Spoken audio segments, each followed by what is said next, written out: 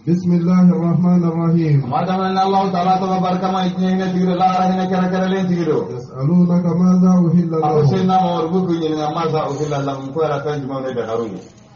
Qul uhilla lahum at-tayyibatu. Afu ye ko fan san ma ko de dagalen duye. Wa ma 'allamtum min al-jawarih mukallibina. Wa ma 'allamtum min al-jawarih anai fa munun kala min al-mukallib min al-jawarih jogini fauna. Namun bisa kata aku suruh mine, kata bo yere ka jogi, ka suruh jogi, ka mine kana da au ma uli al-jawarihi. Ma lamtum min al-jawarihi mukallabina munun wulu kenge yale do munun ye wulu kalale. Wa'allimunahum mimma 'allamakumullahu. Wulu kalale akapsa ni kafiri. Ne wulu kalale jina tara fa mine kana da du. Hal na ya fa. Ni ya cini bismillah ya ka babana. Na kafiri na alo nyana mama na alo ya fakati abo chugo de la ala kan be sababa ma Tu'allimunahum mimma 'allamakumullahu. sharti bajira min bajira ka ko wulu kalalen shart fi ta'lim al-kilab ika do ko wulu kalalen do naka ten ni ne mi dum sharti dama do ni mola a sharti fole jume na be kungo kono kata ka na e fenya te bola yara maka kata mi ne fiyo ka so de ma fa mashu ti de ka fa kata donc o kelenya fula na e femne ka faga ati fendo ana donc o ye wulu kalani o ye wulu kalani sharti do ati gire ayere ni ma faga ta sogo mine na e sogo mine pana ka faga ati fendo ana abo to de donc ne wulu kalani sharti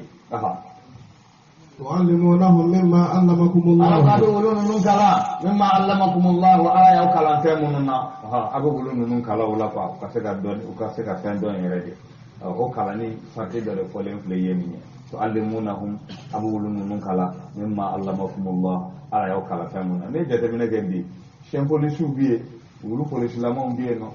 da bisega ni cheni kara yoro bisega taka sega fuka ta tigidina ka be cheni kara ne ni cheni ke wa ka sata kata ni ulu ki mo voilà donc ulu le wulu kala le mo voilà Fakulu mimma amsakna alaykum. Arabo e fami mina kana da o ma ya dum Wazkuru ismallahi alayhi. aka ala to ko ka to fuda na wulu ci ma mina bismillah ibu wulu so ga da ba ci ka bulu ta ka no fe don ala to ko le akuna na tara fe mina wala han na sa ibadu wanta wala o fa mo du fa tere ne bismillah ko marfala ne 20 ta ida fara na fara duwe ba sale kan tiga wuce wala ala kan da sababa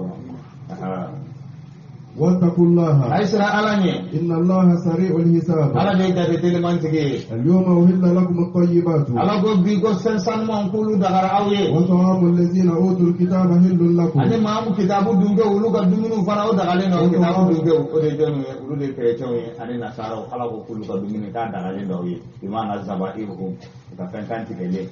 am se ka fankan tigele o de foto de ne ta bismillah Wa ta'amukum hillun lahum. afara ga dumunu daga le no ye Wal muhsanatu minal mu'minati. ane aywa wal musanata ane muso tangane min al mu'minati ka bo mu'minu muso la ulu fana daga le no awye Wal muhsanatu minal ladzina utul kitaba min qablikum. an horo muso min allazina utul kitab ka bo mo gola mamun sona kitabula chrétien yahudiya horo muso furuli daga le no awye islamo ye na islamo de ti duma Amal saya kerja musuh furu mau kasar orang do ajonte. إذا آتيتموهن أجورهن Asarti ini nayu kafurna furu duma. محسنين غير مسافهين Muslimina ay fur kelawi, gaira musafihina ati jena kelawi. ولا متخذي أخدان. Ati kumina ku ke telefona teriya dogole. ومن يكفر بالإيمان Musa arabu de kum khidnu mina khidne jume baba teriya de bini muso te mai basoro ko ba nu nyante dogola nga ko ti bangi kana ka afodoro ki ter muso do. Parce que ulu fana tellement u b'a dɔn k'a fɔ ka kojugu bangeni man di ala ye ulu yɛrɛ u ka danbe yɛrɛ kun tɛ sɔn kojugu bangeni ma nka u tun b'a kɛ teriya ye k'an teri don bisimila o ye muso tanganen ye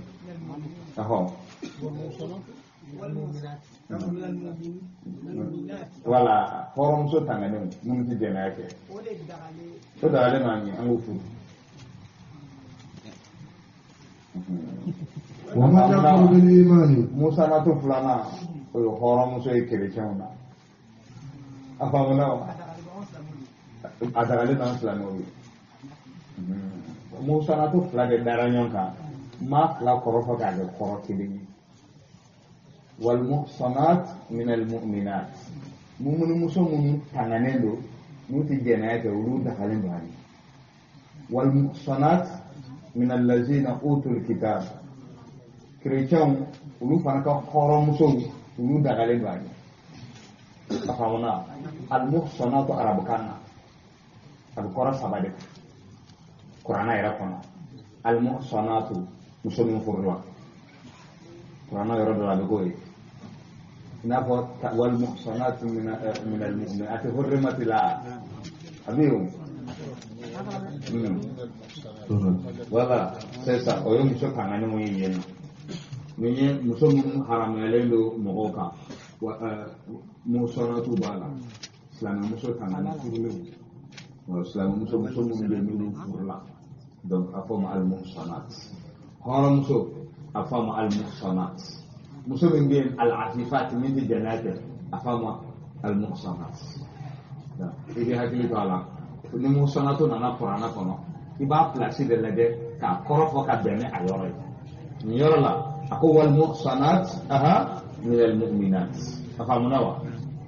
ako al muhsanat ni aga horo muso yi o ba jere ka ko mu'min muso jo muso ti darani era afamuna wa ni yake muso furle o bi dara yeble wa donc mu sanata be jume abke muso kanani ko la ni ko noy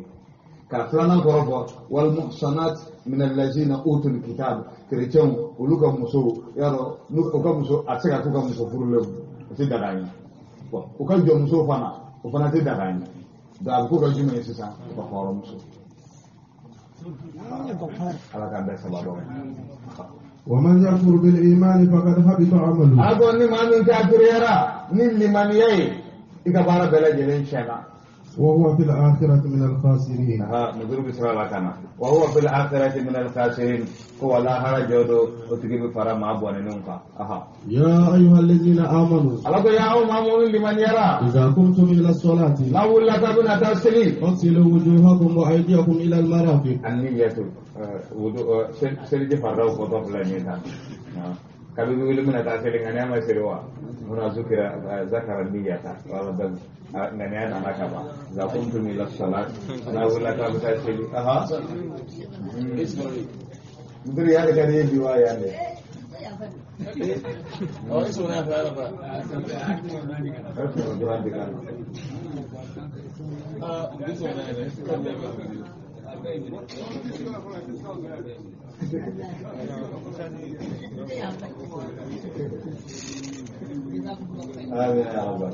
فاغسلوا وجوهكم وأيديكم إلى المرافق. Apa faghsilu wujuhakum abawnya dauko wa aydiyakum anataku ila al-marafiq kata sa anno nguruma. وامسحوا برؤوسكم وأرجلكم إلى الكعبين. Al-ba'u zaida wamsahu ru'usakum. Abaw kumulo kana masa. وأرجلكم إلى الكعبين. Abaw sawfanako ila al-ka'bayn kata sa al-ka'ba kuruf lama ya sawa. Abu Jawadillah. وإن كنتم جنبا فطهروا. Don semma sahali anto utama mazhabu Terako aku wailul lil a'qabi minan nar, wailul lil a'qabi minan nar, wailul lil a'qabi minan nar. Aku buana di sentonto ni, gitu sentonto minum solat abo jangan kasma.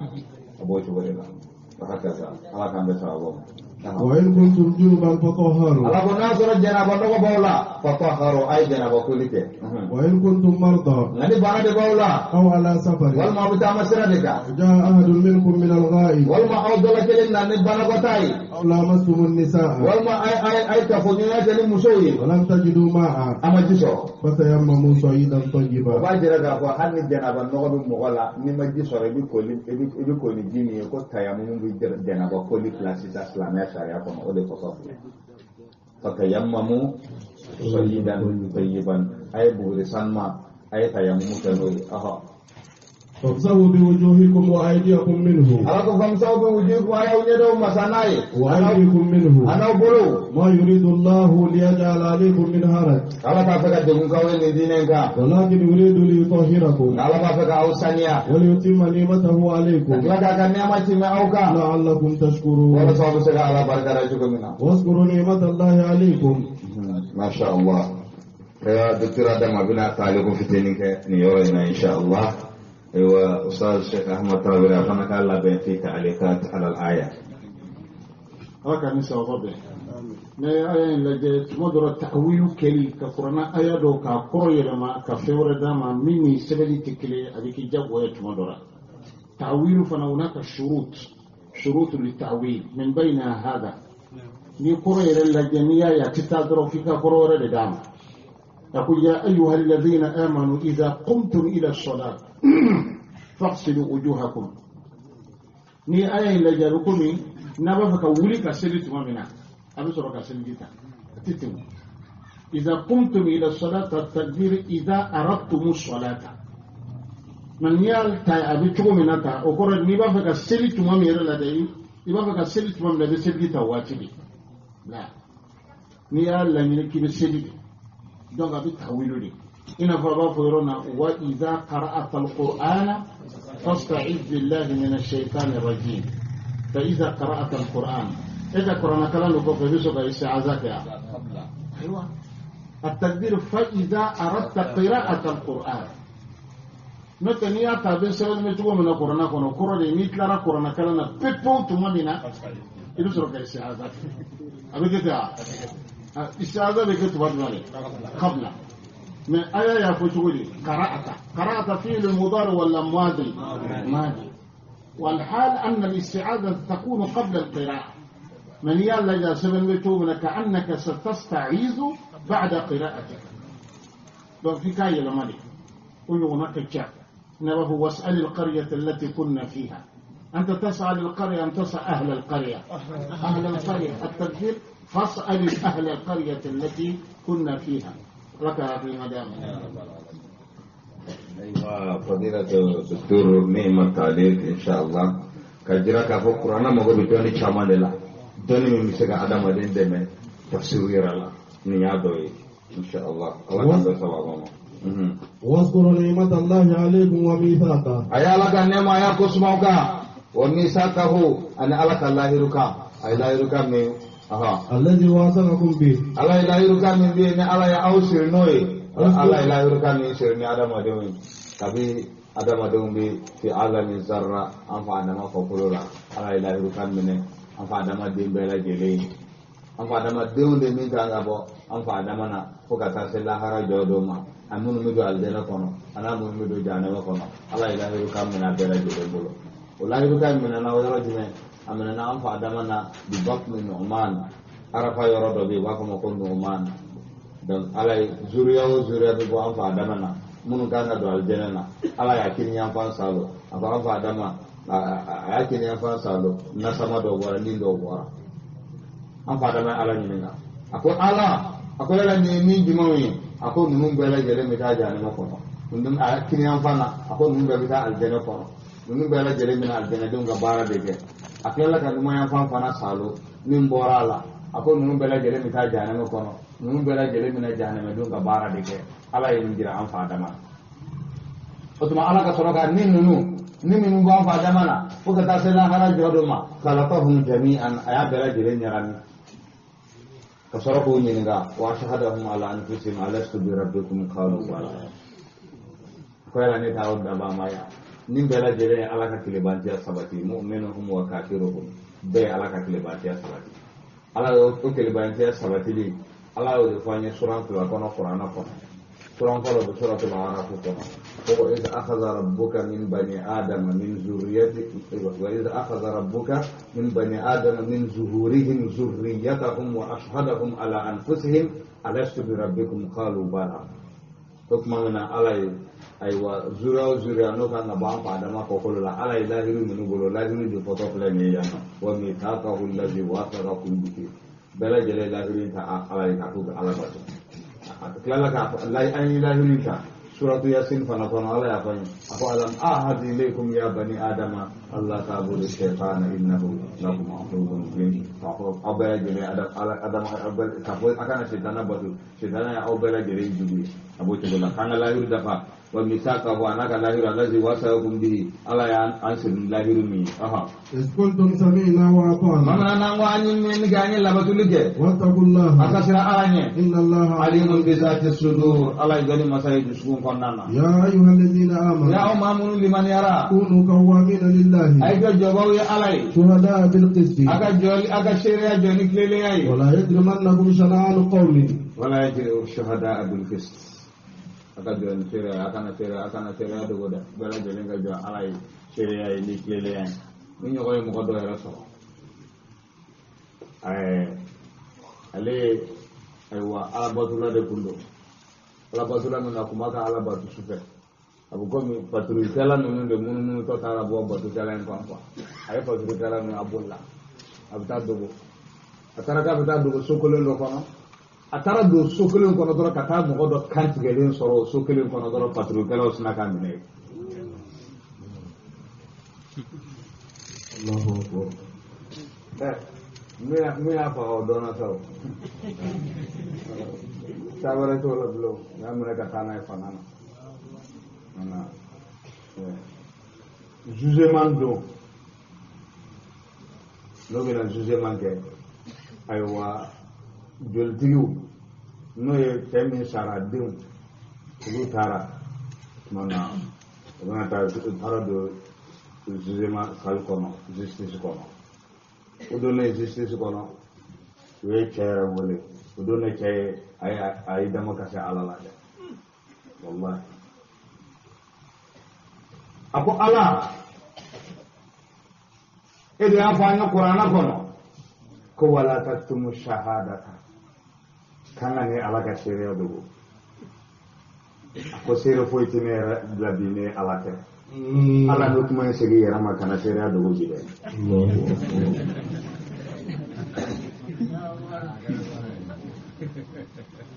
Ko kana sheria dugo jide. Allahu akbar. Ala itaga sebayala. Ni en fagali ke. Akena kana yere dirfo justice la jama bela jelen yana. Akabu ninga jolu ko kuma na kabu na fa ko wallahi ne da fa. Allahu akbar. Ne fere jo. Ala fere jo. Debana ko no asoro ni ko ni ale kena kana ala ka sere jo ka dala ka fa ale de afafaga ni ma jelen tala fa le re na fa jelu ko. Allahu akbar. Ale ya fara bela jelen. Allahu Bismillah. Mata. Wala yajrimannakum shana'anu qawmin alla ta'dilu. Akana so mo ko ala ko wala yajrimannakum shana'anu qawmin akana so mo ko juguya ka obla Allah ta'dilu ka fa atina la diriya de ya an akana so de ko jume akana so fi ka ku ubuna juguya min kawla aka saka dan sabo la horma kalo kono walma aka alaka sharado viole kama akana so de mo ko do saka ko juguri suga bla fa dala ibuna ko jugu ke alaka kana so ko kawla Adilu huwa aqrabu littaqwa. Adilu ala adriya huwa aqrabu littaqwa wa la kasura alanya salama. Wattaqullaha. Akasira alanya. Inna Allaha khabirun bima ta'malun. Ala yudile masabu famin bara. Wa'ada Allahu alladhina amanu wa 'amilus solihati. Ala ilaahu de mogama mamun liman yara kabara nyumonge. Lahum maghfiratun wa ajrun 'azim. Ka ko ya fa bulu ya ni sarani sarabaye. والذين كفروا وكذبوا بآياتنا Ala ko mamun kadira ya kana ayam galun tigaya. أولئك أصحاب الجحيم. Ala ko ulude jana mo kono dewi. يا أيها الذين آمنوا Ya aw mamun liman yara. اذكروا نعمة الله عليكم Ayne ala ka nema ayu kusma auka. إذ هم قوم أن يبسطوا إليكم أيديهم Mamuna jama gulu do ya nyini ku bulu fone auka ni fagali. فكف أيديهم عنكم Ala yu bulu somena ka ba awma. واتقوا الله Rabu kere tarakira daren soro. Allahu akbar. Kasi da bamuru fosi. Asa kira ka muru gulolendo diru dala. Na ayam muru fosi kan kira kono. Ako nebini fagaya. Ma foite nun se kumanya ka bone ma jani bi se ge kumanya ka bone fa ali ma se Allahu akbar. ay kira ni na tele kira ko ala Allah. ako janne bi se kira ko ala ako janne bi se kira ko ala muru bora kira bolo ka ala kira bolo sonna Allahu akbar. kira fana ye muru fosi janne be fana kisi ka bone bolo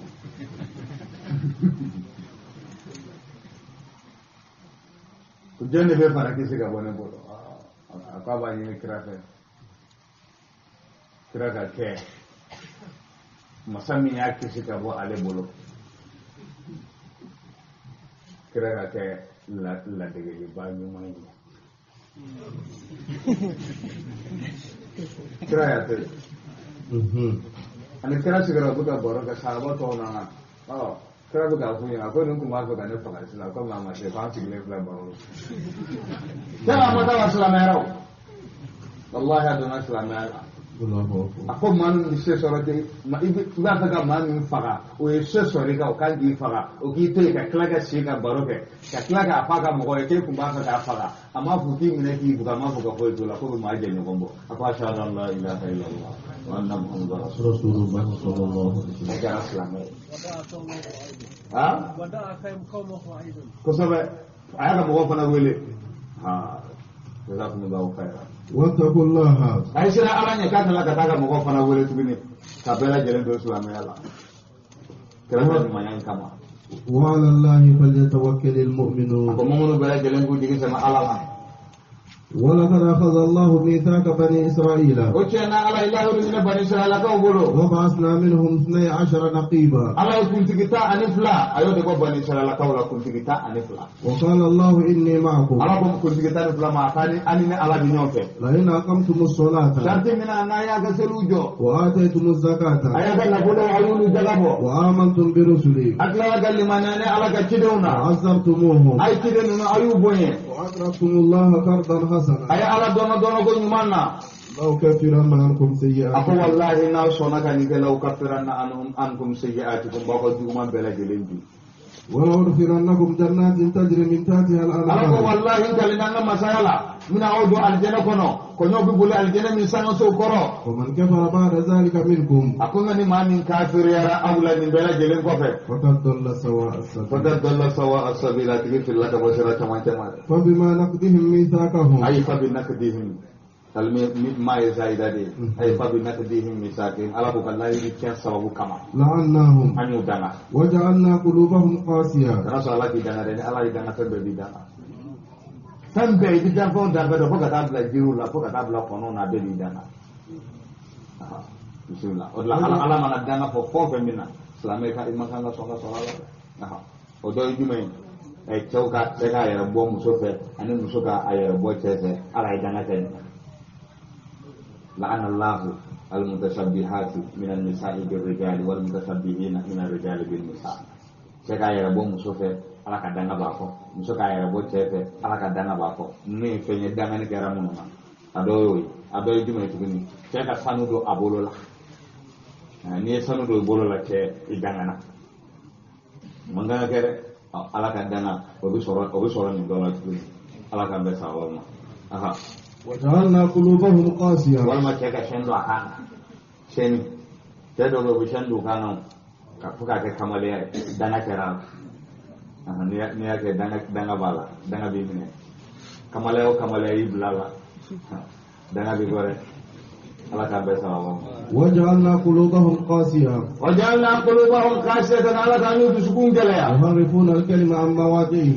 على يهوديان على يدسكون جلايا بسم الله بابا aha aha kana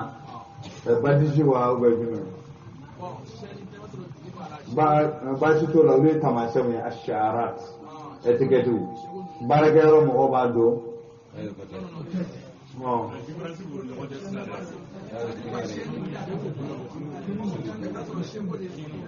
aha jologo balawa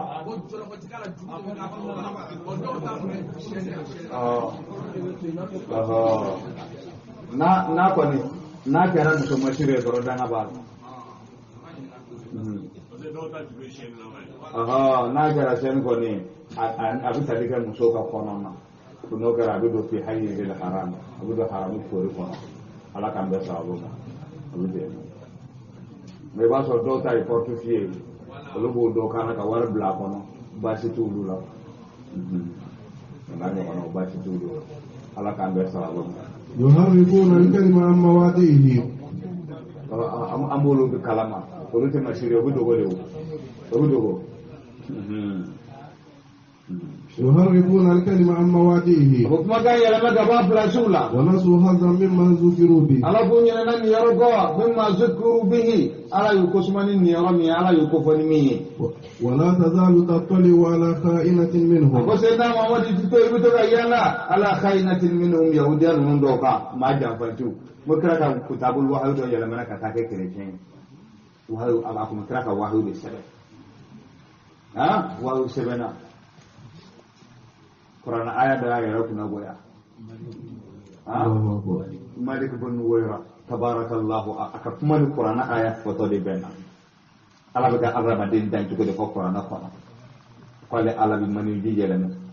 k'a kɛ joli kuturu ye k'a bɔ joli kuturu la k'a kɛ sogo kuturu ye k'a bɔ sogo kuturu la k'a kɛ kolo ye k'a bɔ kolo la ka sogo fala kan sɛbɛnnikɛla yɛrɛ k'a fɔ tabarakallahu wa ahsanul khaliqin kira fa sɛbɛn o jigintɔ kun don a bɛn ni ta fɔlen tabarakallahu ahsanul khaliqin ma faamu ale y'o sɛbɛn dɔrɔn taara a kafiratɔ filɛ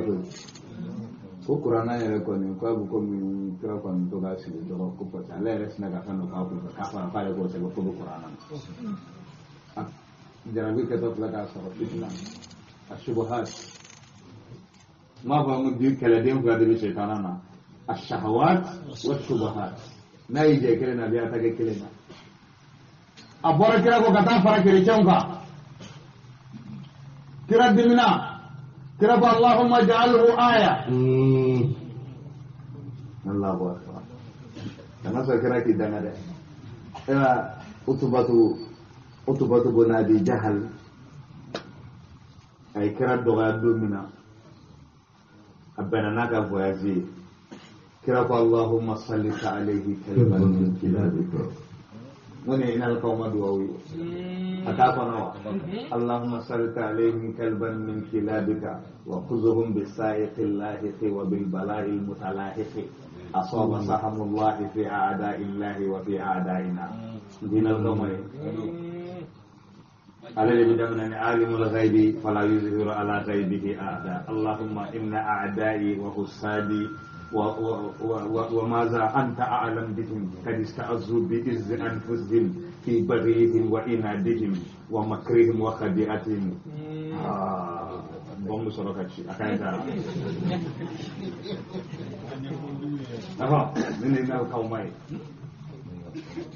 من القوم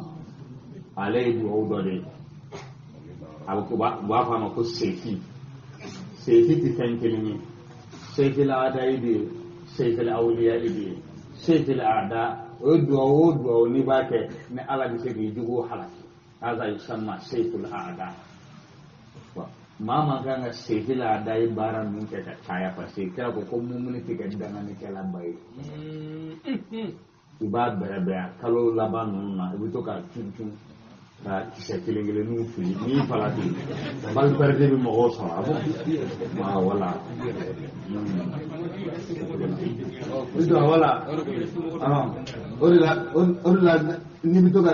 wa ahlika a'dai ibi don halaki de parce que adama den do idugo folo yi den innama amwalukum wa auladukum aduwwun aw dugu do de o da ni ba duwa uke Allahumma inna a'dai wa husadi siwa ahli wa abnai anta a'lam bihim wa qatan kadis ta'azzu bi izzi anfusihim abo chugo da illa qalilan minhum dan kira ini ko kira kama Allahumma salli alaihim kalban min kilabika kira ini ko utaratum wa asr du wa yazil asu ayo utara se utara supervisor da utara se yoro dola na ka waraw ka se kan se no ayere dan ne to mo ko aka kala tugodi ko kira ale damade ako wa huwa mujabu da'wa ako wallahi na ala wile famina ko ala barke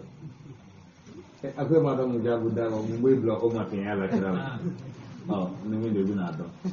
do ya jara jala ko to ba ko na kara ta ko wa kulula ka ba ishrana ami shini yoro ina ikana jo ami siga kama tela on yere bi ko ka sora da ni ke ta ambe ko ambe banduri to ti sore bi kama tela ko na kara ta ba finyana sukurat mamna wara do idda maraba kama kana mo be sun ka taman tela afule da kuma mo ba do alama kullakum anna muhammadan yujabu da'wa ma ba mo kira ngai bom min ter na tin de wara ya ka sura fana wara ya ka sura fana ko ta ka o tugula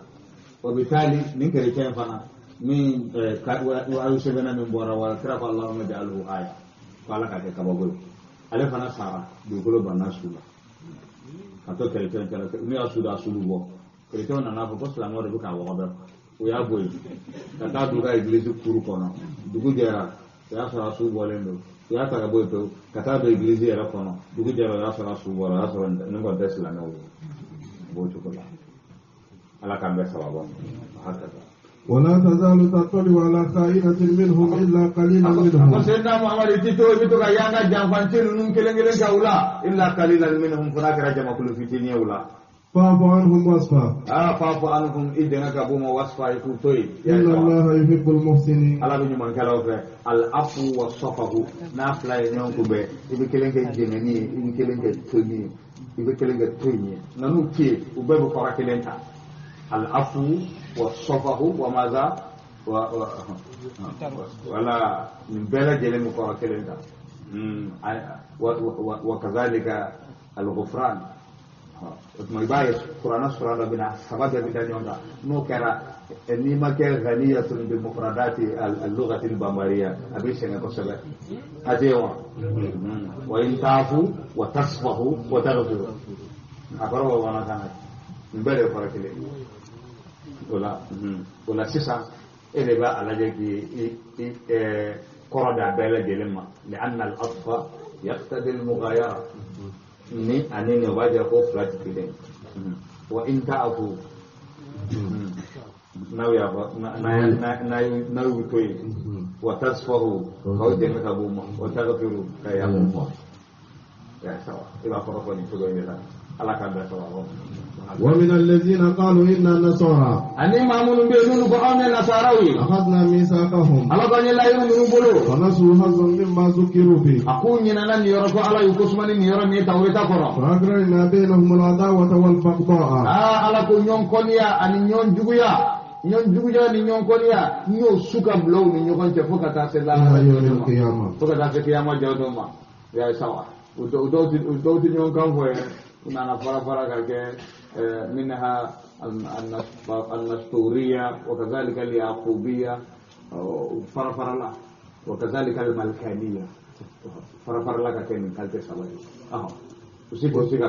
وسوف ينبئهم الله بما كانوا يصنعون أصلي على بنوك باريكم فم من يا أهل الكتاب بما يصنعونكم فم بارا يا أهل الكتاب على الكتاب دينكو قد جاءكم رسولنا أقول لك كده نعوما يبين لكم كثيرا مما كنتم تخفون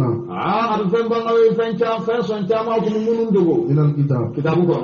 ويعفو عن كثير أبي أفهم من فنا منوي سيدنا محمد قد جاءكم من الله نور أقول نور نعوما كبو على يرى وكتاب مبين سيدنا محمد وكتاب نعني كتاب مبين من بيننا ننوي قرآني يهدي به الله من اتبع رضوانه على بمقدنا لا إيمان تقرأ على جنبه سبل السلام كيس سر لانه سبيل دار السلام لهم دار السلام عند ربهم كيس سو أبويا كابو ما يرى على كان وعاني نعجنا سو ده تقول يكون دار السلام كيس سو إيمان دون الجنة كنا يكسرها سبل السلام كيس سو كيس سر على بود وكرا ويخرجهم من الظلمات إلى النور بإذنه ala bu boka dure dibila ka tubla islamia noro lani ala ka jey ويهديهم إلى صراط ala bu مستقيم kanda ka tasira tiga kilelema لقد كفر الذين قالوا ala ko mo ka dure ra mamunun ko إن الله هو المسيح ابن مريم ka bo sidna isa mi maryama de ko de ay قل فمن يملك من الله شيئا ako jonne bi sega fendo maraka bo ala yoro إن أراد أن يهلك المسيح ابن مريم وأمه ni ala ya nyini ka sidna isa na ba ku nimmina yala jon bi sega bali ومن في الأرض جميعا ani ma ma be du ko la ni ala ya nyini ku fa jonne bi sego bali ولله ملك السماوات والأرض وما بينهما sangolon du ko ani femi mbuni nyonje o masaya we ala de tay يخلق ما يشاء ala bi dani ke to mi ya ja والله على كل شيء ala bi قدير fenda mi ya ja wala kulli shay'in qadir ala de se masaya fembe la jerena وقالت اليهود والنصارى نحن أبناء الله وأحباؤه yahudi ni nasaro ko kuli ala de yani ala kanu go kuli to do jana ko no قل فلما يعذبكم بذنوبكم ko na bo to la ko ka ku ye ko mun na we jumu mun ka ka tabani ala yin yanka tanoi ha mo kira de la ga ko mo ko abna wala tirdatu wala khanazir le dem anu gondem ko kira fanti don kuma juru ko ide بل أنتم بشر ممن خلق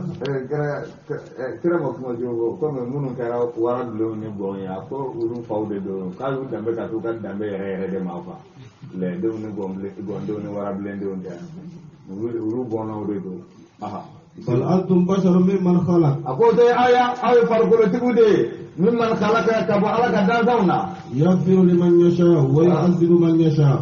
ata ala de yede ay farko tigude ay an ma to be kini ala mo nya kata mamiya dia dia ka mo man ala dia ka mo mamiya dia ala mo nya kata mamiya le ala dia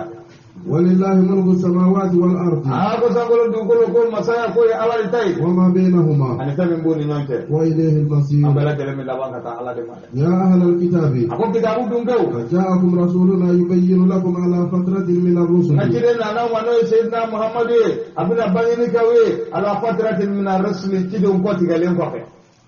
ya sawa kidum ko tigalen ko fe fatra de kidum ko tigalen ko fe kidem no ta ndomana ulu wati fulani nyante akode ma fatra na so wala ko de transition c'est sayyidina muhammad afana ba ulu bena fatra wati ma ulu fatra ka bena fatra wati atuma fatra de ko kera do tara kera do mana atuma mamunum bena fatra wati ulu kala harakiti bi gachogodi kuma utayara la doni kono wal arjahu ninga girala anna amruhum ila Allah ka konya be ala de bulu ahlul fatra kasem kama ala rako am wa ma kunna mu'azzibin hatta nab'a rasulan akwale ala ti masinya kata fata kideni kima makinuma akwara ku jama jawka bismillah hara jodo ala bena tuka imtihanu ke uka exam uka jarabu buta ku jarabi to bare abina fa demsen fitini munu bisa demsen fitini manasa o fana ga kiti biga to gadi atiko me demsen fitini munu bisa ngata do aljana kono to la jarabi de bita ku la harajo do bita jarabi o da do yime demsen fitini ga fatura kraklela ubuka fitini ta katana kaburu dona atema namba inshallah dora ko tuba li usfurin min asafiril janna ko tuba aljanna daraja korata de ko plene aljanna ko min do ta ko plene ubuka ta sudo kra ko la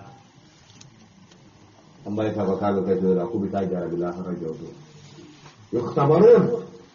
demsen num bita jarabi to di doni baw yafo demse islame demunum fitini sara la hara jodo ala bitasuma de mana kasoro ka fuye ay tagata do tasuma kono u bela jere mi munu boli kata do tasuma kono lu abta ku lu bola aljanay o ba jera kono lu kunna na jena lu kun so ala tama do ba fa ala ma ko pourquoi nta do tasuma na mun le nta do tasuma na mun abu mo wala hali bi kana gala bi demsen dole man afa kon fa ma ba figa ko rafa mara nawun min amradil qulub duskuna bana do donka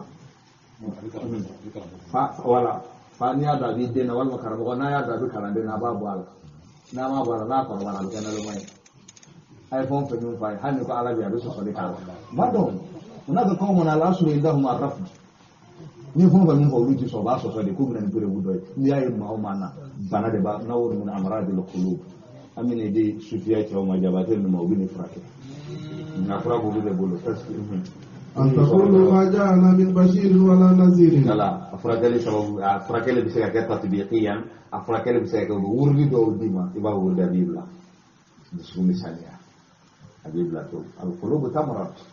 disukum bana bisa Allah kami sawama dan ke amtuga amradul qulub amtuga fondon adoi jume al-inat kana galaya min amradul qulub disukum bana do nabi mamina ita do ka fa bi mugalla hali imana fo hali ala biya bi sosole kenai ipi ni atta tigi tidamma sika hakila la du koloka ni kuma na dora ba dora ale ta kannahu ahata bi kulli shay'in ilman ina ha tigi bi nya fembe to e mo gota mina ga farita kamba ne mama na bana ba tigi biskuna fi hamarad min amradil qulub wala afragatu amna afragatu ko insha Allah wa alaikum salam. Dua bekai. Dua bekai. Nabi Ibrahim ka kalanu ta aljana kono do mewa. Amma berapa ala ka faruka. Buna ta jarabi de. Apa munawa? Ta jarabi. Kama alu ko salama ko ala ka kinana ala ka far aljana kono do ka nabi aljana kono dikele. Ala ka mesa Allah. أن تقولوا ما جاءنا من بشير ولا نذير. ولا سوكنا فوق ما جاءنا من بشير ياي akan aku koni sedia bama nama baga balik ke bama nama orda ala ikrati sina mo modi ala fatratin min ar-rusul ala فقد جاءكم بشير ونذير. ala ko tibe nanu ma anu baga balik ke ba ikrati sina isa ke tibe machi sanke mo woro dogo sanke mo dura ani sandi woro kirani sina isa ke sanke mo woro de bunmente kirama to wati ko na 571 wala 571 wala dogo sanke maduro ani sandi wolo la ani kele dogo sanke mo woro wala dogo sanke maduro ani sandi woro ala riwayat ala khilafin baina ruwat atau foranyo ko ajate la ko kata sanke maduro kata adalah sanke mo woro aku dulu nyonte kirani sayyidina Isa cala maka bo sayyidina Isa ani sayyidina Musa ni nyonte kira kamandi kira minnana abi kira keme kira bakile ani kira annabi imam bakile ani nabi imam kemana na babu ala imam والله على كل شيء قدير. ala ise masa kan bela gerenda وإذ قال موسى لقومه mamna sayyidina Musa kaka mogo masa يا قومي ako yana ka mogo اذكروا نعمة الله عليكم uskuru ni'matallahi alaikum ay ala kan nema ayu kusma auka إذ جعل فيكم أنبياء mamna ni ala nabi imam tamam ka aula وجعلكم ملوكا ala ya ko dugulo masa kawi وآتاكم ما لم يؤت أحدا من العالمين. ayaw son fenna ma min nyogon di o don kle dan tawma يا قومي ako yana ka mogo ادخلوا الأرض المقدسة التي كتب الله لكم. ay do ko sanma la ça c'est la terre promise do ko sanma al baitul muqaddasa do ko sanma o de baitul maqdisi isra kiraka sana yala ni iraju kera yende wa iza bil mi'raj kad nusiba min anani sama akurullah yende baitul maqdis kana Allah subhanallazi asra bi 'abdihi laylan min al-masjidil haram ila al-masjidil aqsa masjidil aqsa me la ko sanya bi masai masami ay sufata ma kani sayyidina aka jonte abina boni kira du koloka kay nay kata sankolo la atar nay baitul maqdis o de jibi salami donc kira ta yende ka soroka nabi nyuma alay nabi nyuma bela jelen ka fo yorola nabi nyuma ba ka nani ba mu kan nay wa salla bihim rak'atayn ala millati ibrahim ay raka flasel nabi allah ibrahim ka kabuluka fatma bela jelen ka soroka duo ke kirai ka kambe dai buraku ka soroka na kira ka yela buraku ka kata sankolo la hatta ila mawdi'in yasma'a fihi sarira al-aqlam kira kara se yorola la tiga diti buga bolini ala kan la tiga ka seben ka tayo makamne dan fa madele ko makamne ni kira de يا قوم ادخلوا الأرض المقدسة التي كتب الله لكم. ani senga men fo ko nabillahi musa senga ninge niada a afendi ita ala bani israila ka udama ko kata do bu ko sanma na baitul maqdis no ala ya ko kata shiyena to ma wisram na bugata usele nu nyabe dugula ala musa na shafi da ku ko na bu do dugula aka ya fa bala jeni ka ala ya fa dilu kuma ko to kuma yelena fa badala allazina salamu qawlan ghayra allazi qila lahum ako te bashi abausi sambinani anya be dugula ati sega dugle ala wode ke o yoro to de dara futiha ala yakuna sirubla ula 40 sana yatibuna fil ard fala ta'asa ala alqawmi alfasiqin ati kana uzuni chani kala jama kulula sabina ni ubitama dugu fleni abu ko mena fora na anga ko ya kana dan soro ana sabina ni kama sega bokala ora dan to yoni mai itai kala te التي mana كتب الله dugu لكم jara basoro sega utika kala abala me Nabilah Musa Faturai, التي كتب الله لكم Haruna Faturai, Yusuf bin Nun Gasrada, Doni Uto Yahudi atau Baitul Maqdis. Allati kataba Allah lakum alai dugumin doni, alai allati ka auka. ولا ترتدوا على أدباركم Akana sega se nokoro kan. فتنقلبوا خاسرين Se nokoro no kafirai na se goro ka kafiru yede. قالوا يا موسى Ko Musa masa. إن فيها قوما جبارين Fatan kalibu khasirin abi ala mata labanga kama abone no yede. قالوا يا موسى Ko se na Musa masa. إن فيها قوما جبارين Ako jabari na ube amina dugu mina jabari na ube ulu kunya mafanya no maka na jalam ulu de jabari na we tafsir su yara do bi jabari na ko ku jenya yara ko salasu na ke alfi maza zirain ku ben no nya ba salama hal ko ti jenya no nya ba sala kira ko an fada ma da ale ne dan fola ko ale do tun ale do ga bon dan kan to be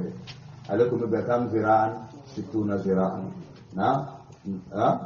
nongonya joli nongonya bi woro 30 meter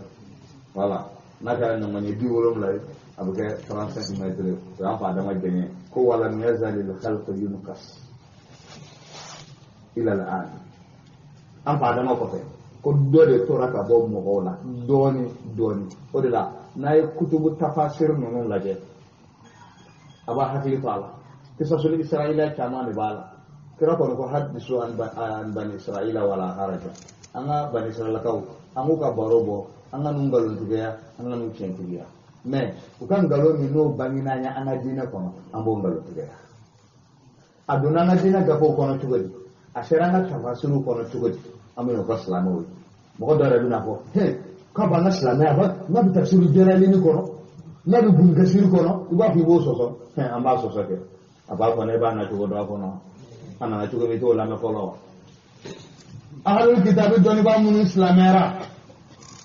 ta do islamera ulu de kuma baro bo sahaba unyana sahaba ba se bu gagga feula achama ba sura riwaya baraka abul ahbar bila ale ko ye christian doni ba badi adoni islamera kono sa akba baro bo anana ana gafe korata menen nunna ka fo nabi mun ya ta nabi mun ya ta sahaba fa na ya ki saus ta sura ni chogina ka sebo ka gafo kono asira na dina gafo kono ni chogina otuba chomun mulla ka sere ka chendo fo ka liburu diala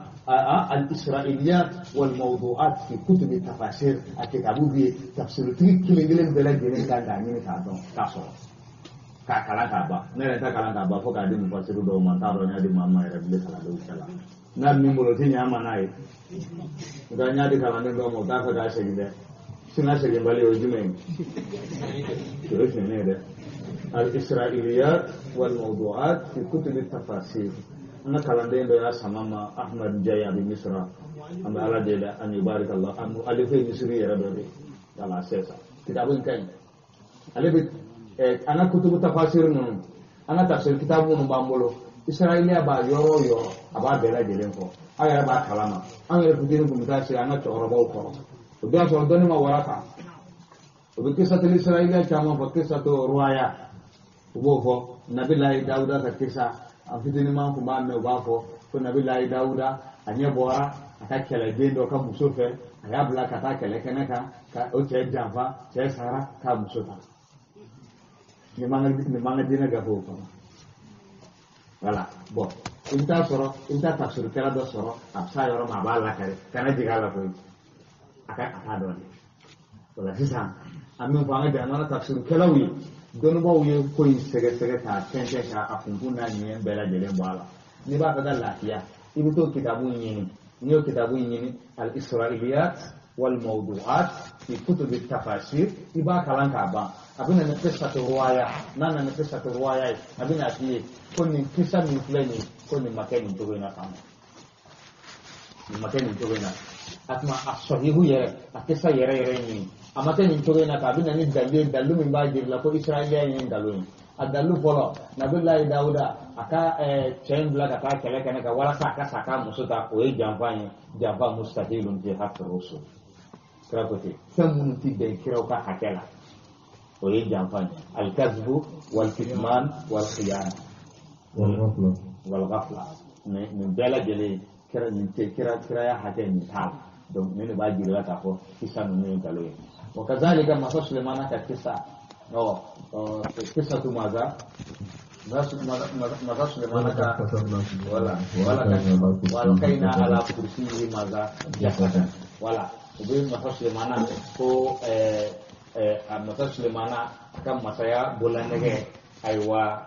ajina sagara ya gusika benga babulu atuma ajina sagara sigira masa Sulaimana kan masaya sezika abika titige mogoni nyonche lebinani ko masa Sulaimana bita ka denga ta laje jina sagara ya sigibe ala Sulaimana ka masaya ka abika mogo filika ta doro masa Sulaimana na dese kata fara jega mona uka ko kata jere kelen soro kato jere kono fara ka bola nega soro la ko bola nega do abolo la kaka masaya segam sidna di ko nayi ni men mau mada ne ka bibi amade tele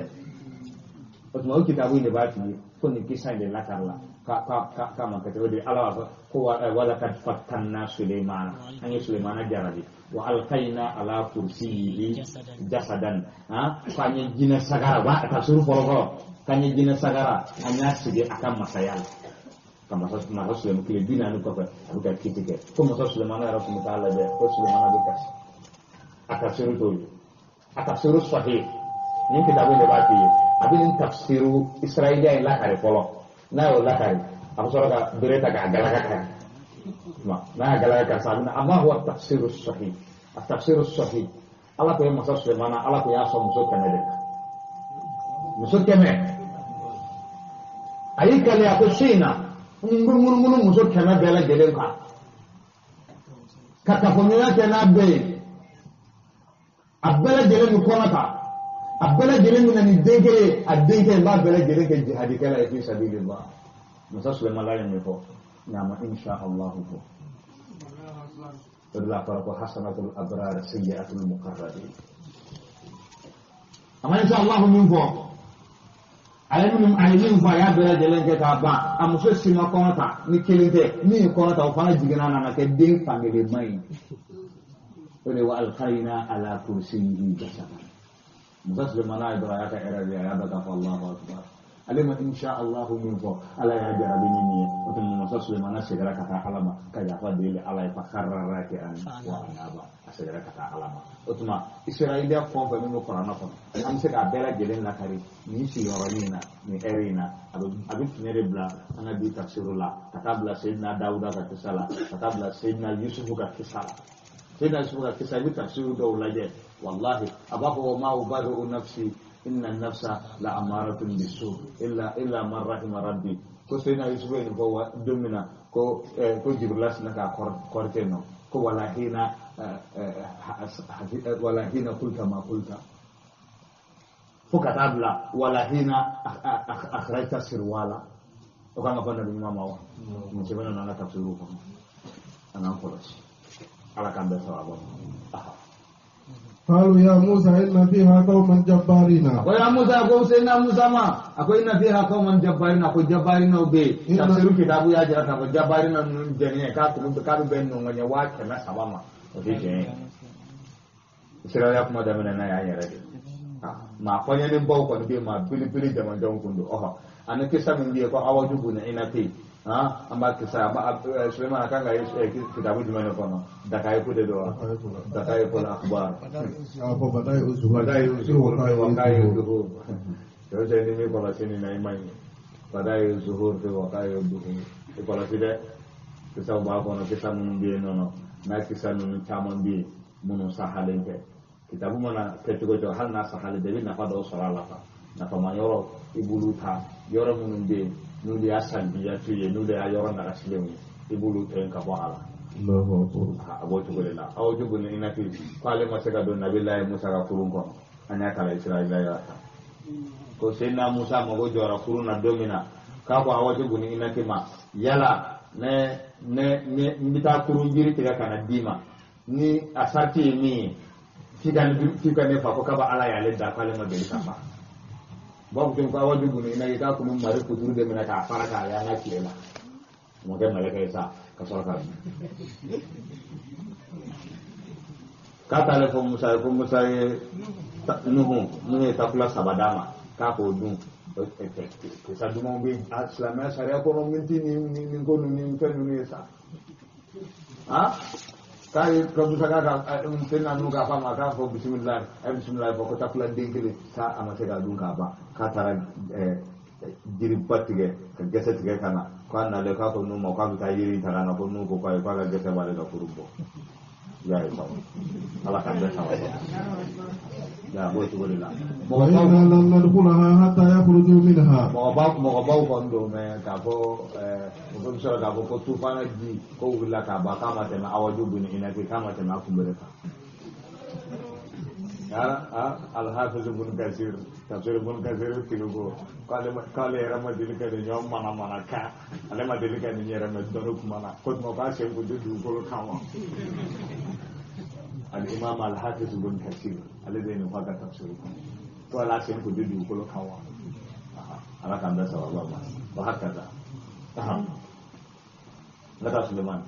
wa inna lan nadkhulaha hatta yakhruju minha ko jabari na ube anti ma fanyene o ma jamane undo anti do kono de madamu fiha tango be dugo kono fa yakhruju minha fa inna dakhilun du bona kono fa inna dakhilun am saraka do kono qala rajulan min allazina yakhafuna ya etmana isna sara nakiban ma tan fulamin kumbe nulu kunye aywa kira damenyoyi ulu bala jere ya kira jampa kona kara mafla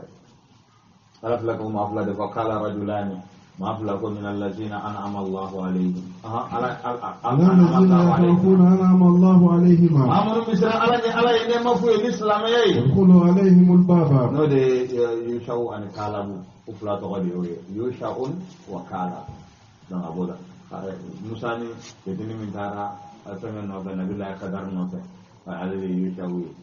kalabu ode to kelendoni قال رجلان من الذين أنعم الله عليهم من الذين يخافون أنعم الله عليهم ادخلوا عليهم الباب فإذا دخلتموه فإنكم غالبون ما من بيت فائدة من المسلمات المسلمات دوا فائدة من قربة شوكة قربة كأنه أقول مع المسلمات ما من بيت نكباري aku jara famona kan sara famon tornya akabara fam itu mana ni gudo famon ka ini ni ayen kala ni ya kala shin kele wal masnya sabati nya salona ko bara bani itu maka toro ko itu ka shi Allah hadil taala ani ma ni ado fana ka ati sega kala itu mana seben na mun sega kala le law mun sega kala iba na subo ka dulu ma wal mai ba kala jira ka duma na tilita fama man na bita fama man aba mu ayerla ala yin kisu ma ala ba to toro ko ita so ala bido abuke ma ajibi ke seba yere je siga ko ita ala o e ko aya mal aya wala bala to min biyo o fana kapare o ka telini ni ido no fama ka drama amana ke fama model ubi ka fi bonati inni usbi rabbi wa rabbikum min kulli mutakabbirin la yu'minu bi yawmil hisab fama ka fanga bana to aga fanga bana o ya ka fanga bana ni tew ala ka be sawaba ma wa hakaza insha Allah fa idza dakhaltumuhu fa innakum ghalibun aga fanga bana boro juma ti se ka fanga bodi kan duwe ibi sera minya o bana ibi tabi ma go gla ka toro ti shima ayat inni ustu bi rabbi wa rabbikum min kulli mutakabbirin la yu'minu bi yawmil hisab. Suna ala kan ba sababa abala bangana iza wa'adaka aduwwun ladudun فإذا دخلتموه فإنكم غالبون أرغون فإذا دخلتموه نودونوكا فإنكم غالبون أوشما أوي سيبوي وعلى الله فتوكلوا إن كنتم مؤمنين قبل تجسم على الناس رأي مؤمنين يده قالوا يا موسى أولا نبى سيدنا موسى مسا إنا لم ندخلها أبدا ما داموا فيها موسى جنفا ko Musa ma inna lan nadkhulaha abada ko Musa ma on dudun dudun ko nan tangane no bal فاذهب أنت وربك فقاتلا ko ni ka ala ta kele keke إنا هاهنا قائدون on sigi baya on dambe on ta yoro ni ka ala yoro de ta kele ke ya sawa badru do mo ko sekarang mo ta de ko ken yoro ina Musa naga mo ko inna hauna qaidun yala islamo ni dun islamo so dun ha masya Allah bahwa kasar lelena ika mata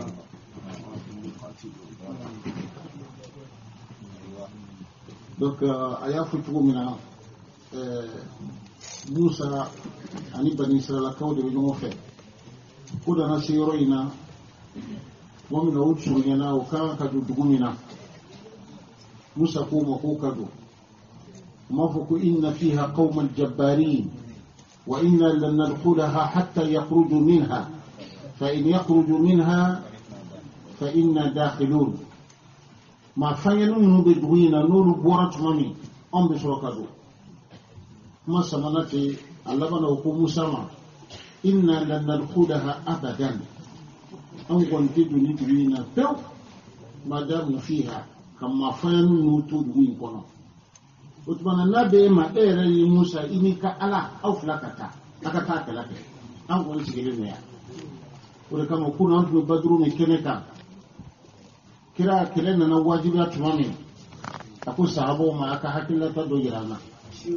ashiru ilayya shi ka ta madina bilo ko kuma to antu ko mersa mu ko na uru ko ne klake ka ba an do mabo kele kama ma folo mu wulla ka kuma abokar alin mekdar wuri maka kaude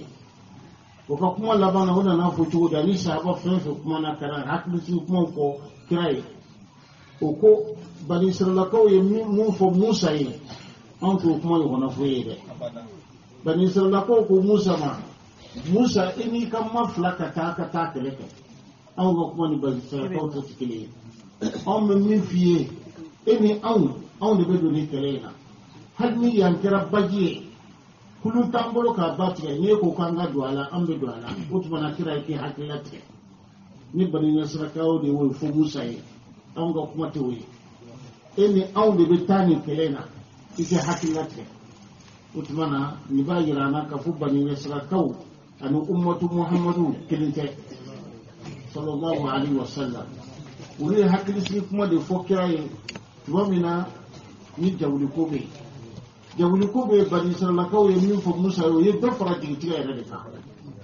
utmana ala ka akli mandama mona mafaka tanya fe doni aywa inshallah aywa maka zani matalik duzura dan karambe ay mukarana ke baina qaumi Musa alaihi salam wa qaumi Muhammadin sallallahu alaihi wasallam wala abudu billah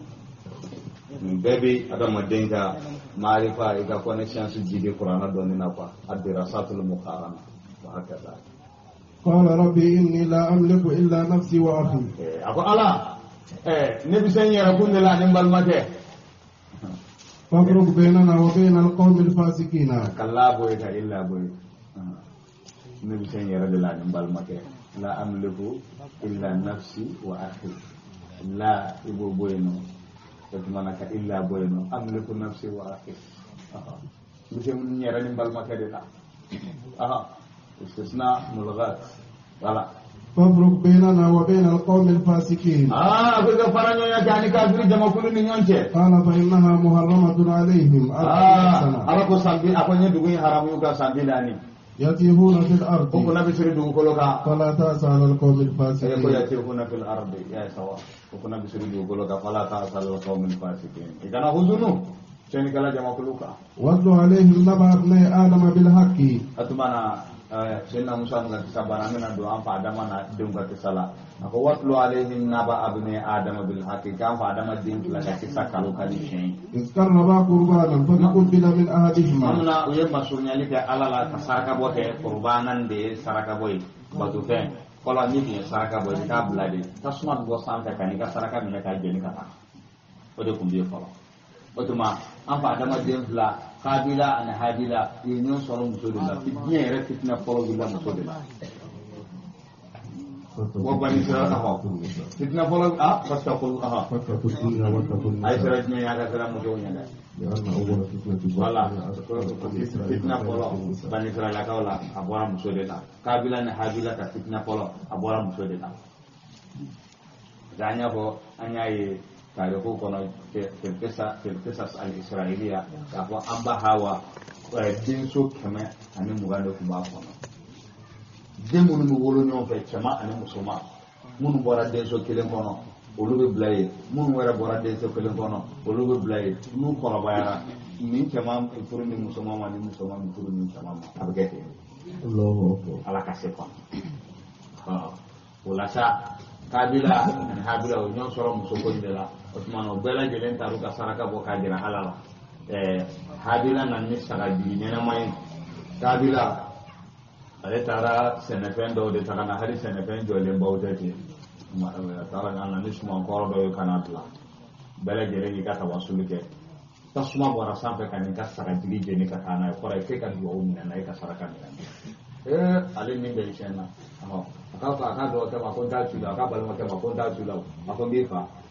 فتقبل من أحدهما ولم يتقبل من الآخر ala ni bato fɛn min ye ala ye minɛni kɛ kelen ye a ma kelen ta minɛ قال لا أقتلنك a ko n b'i fa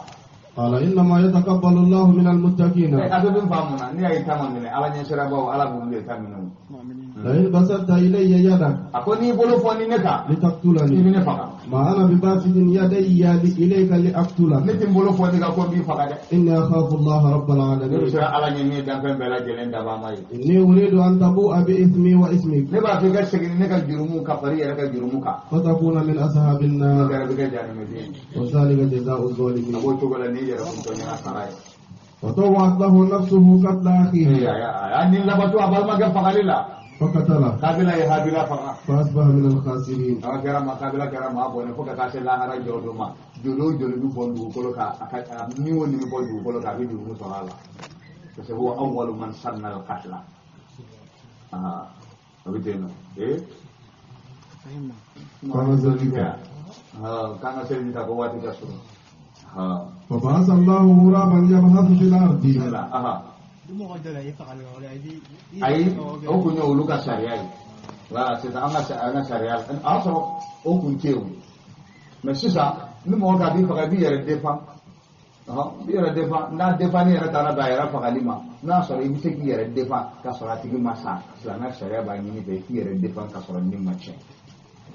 nka n'o y'a sɔrɔ i tɛ se k'i ni kisi k'a sɔrɔ a ma yɛrɛ faga o tuma sariya bɛ jɛn n'a ye i k'a yɛrɛ faga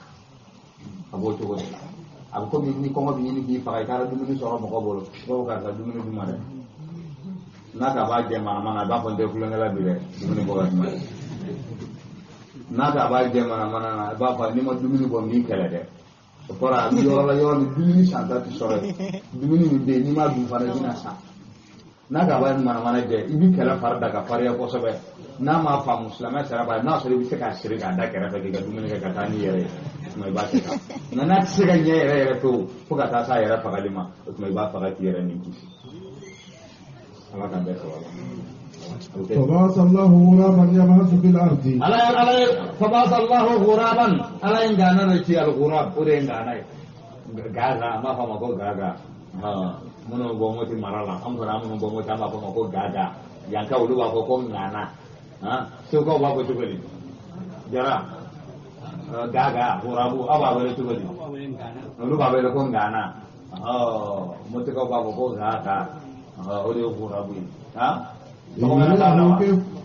ale bɛ jate kɔnɔ mun ye fasigi ye ale bɛ jate olu fɛ u b'a fɔ k'a ɲɛkisɛ tɛ sɔrɔ a kɔnɔ in kɔni a bɛ jate fasigiw fɛ a kɔnɔ kosɛbɛ. ليريه كيف يواري سوءة أخيه. a ɲɛkisɛ fila yɛrɛ n'i y'a bila ji la kelen bɛ fogon kelen bɛ jigin ne kɔni bɛ dan yan ne tɛ dɔwɛrɛ fɔ ka fara o kan ala k'an bɛɛ saba kɔnɔ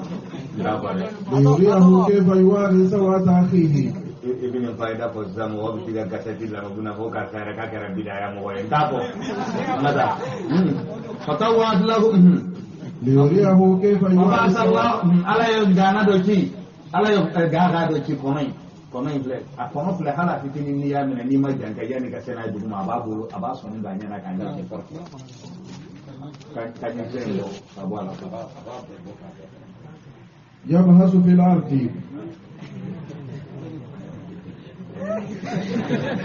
ala yagana doki yabhasu fil ardi abuga wogo belika dugukolola ليريه كيف يواري سوءة أخيه asura sufa alibna ka sufa la ibina don dugukolola aya ni tafsir choy abokar na balma ke sunu ne ba bolo re ata da ba ke sunu abuga yala ala yi meleka doki lu yara ken gana fa ba sallahu ghuraban ala yi ngana doki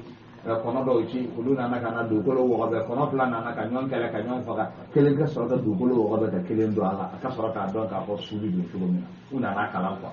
aha yunda ليريه كيف يواري سوءة أخيه ka jira la bi se ka balma ke su tora to mina قال يا ويلتى aya ko ne ta bone عجزت أن أكون مثل هذا الغراب ni kalo joriye ne bi ka yalan de sara ka kenin gana nyo woni aflaga alif laga ni faga saka sudo فواري سوءة أخي akono kun kara min ambal make su ma sutura فأصبح من النادمين akone su yin sutura ga ba fasbaha min annadimina afarlama ni misalum do kada من أجل ذلك كتبنا على بني إسرائيل awo ka bo wati sa ka ode kama anya se bani israila kauka أنه من قتل نفسا بغير نفس ni ma mi ni faga ka sara ma te din do jirusai أو فسادا في الأرض wal ma yake ni ga du koloka فأنما قتل الناس جميعا wizran abina ko je du kolo bela gelen fa ko jurumu de se dikani ma mi ni gelen fa ومن أحياها kara ko ma taraka al qatil ala al maqtul min sanad ni mo ko fati ma ka jurumu ko ito ibada wallahi ikya sababu ka da madin ni boka ba ya ga jurumu beta ana jamana laje ni ne bi ga bosu anekle alhamdulillah bi ala ka hina ala bi ga hina anna ala nana ni masaka do e masaka mun be ga hakli ni manduma ala ka ala ku de ma tuguni anga jamana bi na boni fagali dugu na sika halibi anda ala de anga jamana ma mun be mu sara baga mana fu umani ma bo mun na ya rabbi ala ka hina be rajele na ala ka anga sora su mun be no dugu ga sabu ga jamana ngarde amma ni na ala ka ya rabbi ala ku tanga amma fa ala ku tanga ga bo dugu ba ya rabbi ala ku se dugu la jamura to mali anga jamana ya rabbi jamana ga kan horonya ka jamana ka yare tai ka jamana sa yare ko ya rabbi ala ka no ya ga jamana ni ala ka no ya ga jamana ni nyama mun be nu be ni hakilan mointa amma ko ya rabbi ala ka nu deme ala ka nu wasa ala ku son be tona tan solihatu inhum ala al haqqi kono ko nyom ma ala ka di masaka ni ma mun bu deme chen barala ya rabbi ala ko ke wa hakata nata Suleiman ومن أحياها akwai ma mun kana sawo mai ganin kelen kishi ka fa fakani makanya na maya فكأنما أحيا الناس جميعا otumana aiwa fakanna ma ahya an-nasa jami'a mo bera gele ni na mali baraji ode o baraji de bi sebi kele ni donc ne baje ka ko mamun be nulu mo be adama de ren ni la kisila no e ana docteur we badala ka ko baraji buye ala yo baraji min be na fama ka bun ko sabe take al adami yubyanu rabbi adama de ni ala ka jo fendi ako mal'unun man hadamahu ala ka dana bi mo ko ma min be nay ala ka jo fenci o ba jira fana wal aksu sahih ala ka do bi mo ko ma min ala ka jo fenjo adama de ala ka jo fendi o kuma ana duwa be ana docteur mo banga majlisul amani na ala fa ya rabbi si jani kene ya ala ka di anuma ya rabbal alamin barakallahu to bela jeli wa hakaza Sulaiman ولقد جاءتهم رسلنا بالبينات ala bana kiro na numa ni dalu bani nawi ثم إن كثيرا منهم بعد ذلك في الأرض ako لمسرفون jama kulu son tamon die nun bela jelen ko lu cheni galaw du koloka إنما جزاء الذين يحاربون الله ورسوله an kula la fakali kitila nun atiti wala la sasa ban vagabo mun be jamana ka sirati gala mamun ta be mo kan ko sa ku faga ku kana kulu mene o kiti jume o de ni إنما جزاء الله بكافر أكون مغنقا سراي جمعي يحاربون الله ورسوله محاربون ما من بحالة ناكا كدين كنه ويسعون في الأرض فسادا لك تاما دوكولو كان شيني نتبني أن يقتلوا ألا كغفقا أو يصلبوا والما كو جنجي أو تقطع أيديهم والما كو بولو نسوين تكتا وأرجلهم من خلاف أقول أو يلقوا من الأرض والما بجنجا بدوكولو والما كو دون كسولا كتي جلو كتي ناني لا ما هجي ne kiti nani de donc emi karamogo itisa mufassiru de bin ne fasari ta korofo walma ni alqadi de ba korofo wala sa kiti bisiga tidana ya do famu tugo ni ma min tara be mo ka wal ni islamiyya sharia la ibi fagati genge ore aw an yuqatalu aw yusassara oidele kele ne kiti kele de yuqatala aw yusallabu o fly kele yuqata aidim aw donc ni kele ne potam ka faga ka tlaga ndingi ngani tara be atiga iya faga ngai maka na folota saya lebih faga itu genge oidele o fly sabana itara biya tigiga kakan na tolo mine ima faga ami kini ngolo tige ki numan sen tige otma ita kili buru fer dilanya na maya labi tuka buku faga oye iye na polo ta itara biya tigiga kakan na polo ta na ima faga oye sabana itaru faga doro imuga na polo mine imasula israna kwe kele cheni bolo otma na uniform min al ard ibi genga bo dugula to wal mo bimne ki do kasola bo to gore la ala kan da sabawa wala ni mo gay mo faka la me sarela o bimne ki do kasola ko la ni do kasola mana e ka do ya kalo kono ton ka polo we ala de sulu se ga teme ni su so mo ko ni nyogon ta cho umna min ba jera ka fo o ka kana zulu ke o ka jin ka bo jeli la ta ni so mo abo to gore la kalo sabab polo we bokana kalo sabab plana we bokana kalau sabana ubina ni yek fakali yoro yere kenak fakali yoro yere kenak doktor Idris Sogodogo atala Allah bakaahu fi madinati Kailo ala ko Saudi ala ale abaru banya mabbe ba so ko le tigo bo yoro la ko ako sando la yere ma finyana we ma jema do ko le tigo hali sukola mun bu so ko ma se bu ko lo don ka bo nyogana ala seyna mana men do asoro mo min de aye muru turu mo dalla ka sora ka fa do ne muru turu mo la ka fa ni atara sek so su yere kay yorola iye min tala bo nyogon ki la fa ka sora ki fa ma ha fa li kala yana ki fa fa du muru turu la ka sora ki mo lo tire ma se sa be kay to mena o bi nya siri ka sora ki bolo siri ki mo lo duri ka pigiri ki la ma ikri ne mito abikete le sisan folo akuntike no atma mami rabina muru babolo abike darbatan wahid gosugo kele ngolo wala rabbala gelena atma buna aya ne kala babu to gadi aha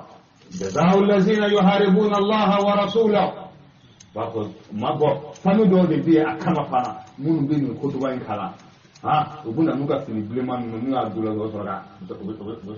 kala ukama no de ne ko to ba kala ga ba faru do fana bi munum blalendo kantigeli yara kam se de sa ko ku yara boy wati mina ya sura mi kantigeli ge akun korala abiga dende ga la sisa ademina blano na ho otumana ako do uruta kantigeli do kunde ya sura le ni chorba do minyo be maliendo kwa ale na na fa ko karsa ko boko ni ma dege ni femu num flelila anga ta ko ikana flebo no kale ko warge anu ko warge o ni anu aga te ma anu na ko anu ko warge ko mo ko klenga fa lu klenga suya ko ni ntikele ya maso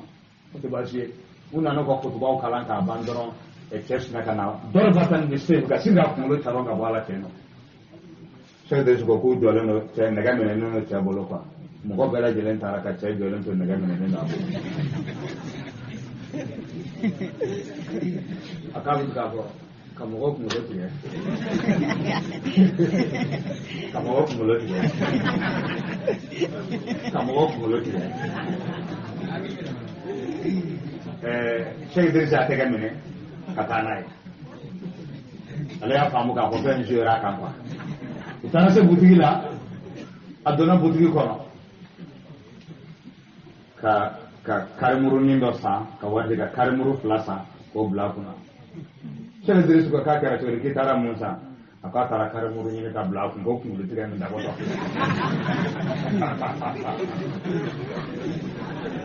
ذلك الله مخزن في الدنيا وتدمر بقره ابو bo cogo de la aywa Sheikh Ahmad kale ko biya ko ma awe Saudiya ke so su ko la inshallah ala ka be sababa mo hakata Ustaz ko na akili inshallah ya soro bandu ko mate ya ayo bandu ko biga bilade ibuna ayo ko biga bilade bandu ne ko Saudiya ni ubazoro ni abena ko dindo ko bile wala ma ni sarada wala ma onanyo bana wini ni atato dro gimana na ya soro kaido ka katiga fali kulita utakare mindo kilati ke na bona le te ko bikare ko na ju family ma mi le don wala o lagi soro ke mana lebanese aya Quran la wala to ba ja ko fali biya wajja ko fali do do de ke katiko ni ka soro ko blaga du na blala na bola sella dron o iba ye mo wa kana mo bina poli na pale na ko bina mo kere ko to wala ya shaba azabahuma qa'ifatu mo bina joga poli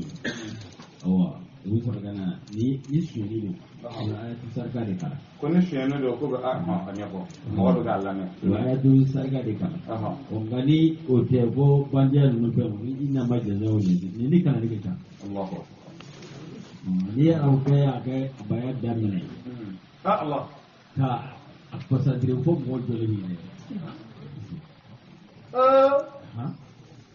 na yi akara ni da fo mo jole ni ay kan jare do mo re mo do trane do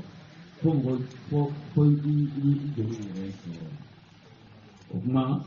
ni aklalola marabi cedo de bi ani arab cedo de wadan bawru de bi arab cedo mulu ayre na ko sigadi faratu dan jey na man ko sabu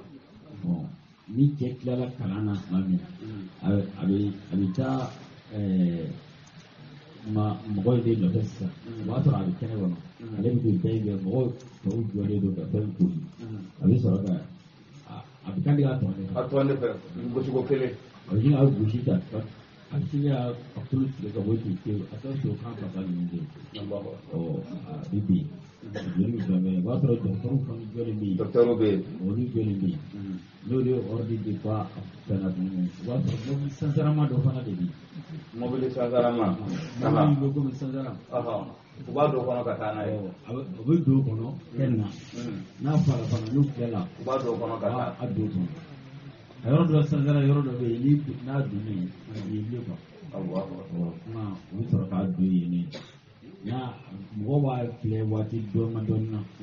o soro ka to ni bulu tige do o sisu pa do ni na kala ayati sarka kala la o mi to re bulu tige Allahu akbar tenyana ki ya bulu ya no mere ki ya ke Allahu akbar berarti kan ya boleh begitu ya Allah bulu do sampai no o soro ka do mi soro ka ya Allah ma kasih mana doro bi soro ka bulu po minisa soro ka na ka kasin ka soro ka do mo ni bon o ngani bulu tige ta do na potluck wannan no do ordi di jaw na bo 30 minutes yona yo ke mo o gele ma ka fle o mo do to bata do gele me wati do me ko o me di ma wa atara do mo ni so da da Allahu akbar ba ga saudi ala ni gida ta de ke ta so so jida aho na ma saudi ala do ga ko aku kuma kelen ya jida kare kata gida ke ta seni kalau ke no fambe Allahu akbar oh buto ga lala ga be sawa donc ainiye Sheikh Ahmad kuma ale sancha mange Saudi ala Aisha dia ata Saudi ale mena Saudi ala ko sebe an ko nyanyi nga bolo tige nunu biga ale yara ya munu sheria ko bolo tige ni sizo itogo me ka blo anu ko bolo tige itogo mina ka ke sosuke a kuma ko de la karanya na ya rabbi ala kan be sababa ma inshallah don kala ne chama fa mo ala kalando chama fa mo abo to de la nunun bi kare fi dawlati maza al-islamiyya jamana munun be nu be islam jamana e ka taso doro ki den do isu ni ke kibiti ibito mena ko bolo tige tamo bi soray ala kambe sala amo fi ذلك لهم خزي في الدنيا ala ko lebu bu e nyengena mayen ko ولهم في الآخرة عذاب عظيم ko la jaba bu e la jaba bele bele الذين تابوا من قبل أن تقدروا عليهم ako nga mamunun tubira yana aku soro ko mena ka hadu bula ya lu tabi ke tugodi فاعلموا أن الله غفور رحيم ala ya fa masay ala ina masay يا أيها الذين آمنوا yana ka soro ka mena tubira wal mai mo fa yana ka soro ka mena tubira no ya fa ka baraba ala ko ya mamunun di maniara اتقوا الله وابتغوا إليه الوسيلة aisha alanye wabtahu ilayhi alwasila akan min bulu ako nyini obse alama jogo mina bi a'malikum salihati na kabaran mumi ya isa orela masailul khilafiyya bieno fi hukmu at-tawassul bi jahil nabi sallallahu alaihi wasallam ala khilafin yala abiba islam yala mawaka ko kasa ala ka ke ala kra kama wal ma ala kra la harama kama ikhtalafa don bo faranyon ko fi jawaz at-tawassul bin nabi wa bis salihin yala abiba mawaka ko ala kra kaso ala kra la harama kama donc don bo faranyon ko ala do ya jira ga fo abibe do ya jira ga fo ati be mawaka fo ala kira la horoma kama do ka ti ben seben do anga dina gatola wala tuma sisa munun ko ka abibbe munun ko ka ti be aka fo lu ya jere ka fo duwa mi ni sharti toyi na so be ko ka fi re se ga fo ala ka ke ala kira kama akan kenya ala ka ke ala kira kama akan kenya kola obis se ka ke duwa mi ni sharti o so tuma la don ba yo kuma fala do ka abibbe do ka ti be so tuma ka fla para nyon kandu aljamu ni b'a fɛ ka dɔnni fila bɛɛ lajɛlen fara ɲɔgɔn kan i b'a kɛ jumɛn ye o la sisan olu ko kama pour que kama ka se ka baara kɛ adamaden f'i yɛrɛ ka baara dɔ ka ye a la ko ni yɛrɛ ka baara dɔ ma ye a la k'a ti baara k'i ye dɛ o la sisan e yɛrɛ b'a fɛ ko n'i bɛ i dama kasi ka taa ala ma sisan ni nabi ɲumanw ye walima ala ka maa ɲumanw ye walima ni waliju ye k'i k'a fɔ a fɔli cogo min n'o ka ɲi ni maa ti se ka bage ma o la i k'a fɔ ala a kɛ ala kɛra kanu min b'an na k'o kama ala kɛra kanu min b'an na walima ni sekuba in kanu min b'an na walima ni waliju in kanu min b'an na bɛɛ i ka baara yɛrɛ a donc ko n'i ka baara ma i kama ala tawasulu la f'a ti minɛ tuma o la sisan tawasulu min bɛ yen ni dɔnnibaaw bɛnn'a kan o de ye jawazu tawassul bi asma'illahi wa bi sifatihi mɔgɔ bɛ se ka i dama kasi ala la ni ala tɔgɔ sanumanw ye ani ala mankutu ye ala tɔgɔ sanuma ani ala mankutu mɔgɔ bɛ se k'i dama kasi ala la ka t'o la mɔgɔ bɛ se k'i dama kasi tuguni bil a'mali salihati n'i ka baara ɲumanw ye ala n'a sɔrɔ ne ye nin baara in kɛ nin don ye ala kama a k'o kama i ka nin kɛ n ye o de wabtagu ilayhi alwasila a ka minɛ bolo ye a bɛ se ka se ala ma ni minɛ juru min ye ala ka se k'aw mago bila o de ye wasila fi ye ya yi sawa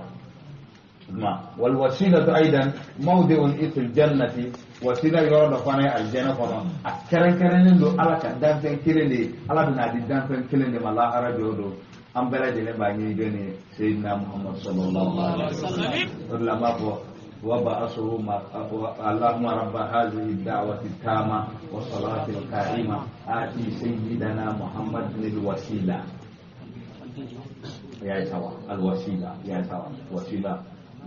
makamu kelen da bi ala ka dan kelen de ba ba ni ka di sayyidina muhammad sallallahu alaihi wasallam wa hakaza bismillah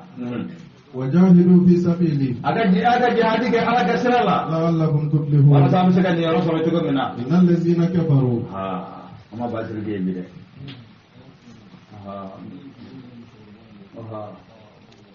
Allahu akbar ba zirge daga mo do fadura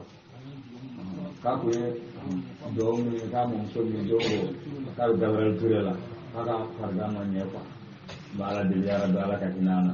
ala ka ya fama ala ka daro ne ma wa hakaza insha Allah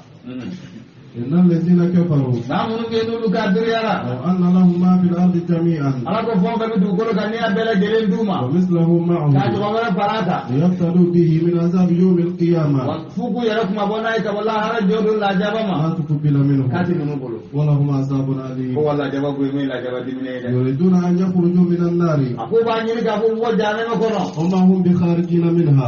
ko wallahi ko ko jane ma kono ni faraji me ala ya khuludu la tira mamun ka mamun sara kafir ya la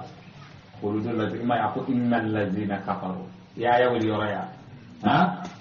innal ladzina kafaru ni ya wali yoraya min ba jiri la ka ko kafir de bidumi jahannama kono khuludan abadiyan to ba kono to na بخلاف المؤمن بخلاف ماذا المؤمن مؤمن فانا akafini son du bita fini son bi kayna akafini son kana na bana o ya bana wa go jura mu'minu do re adola mun yara bi fatu juma do o bi yara adola luti la jaba yara ka tana ma de mana fatu juma do ala bi la jaba wuli ka baka ni kare kare ma na ramadan anti ni sungalo ina suisi di nyanga ta kaburu bana hali kafiri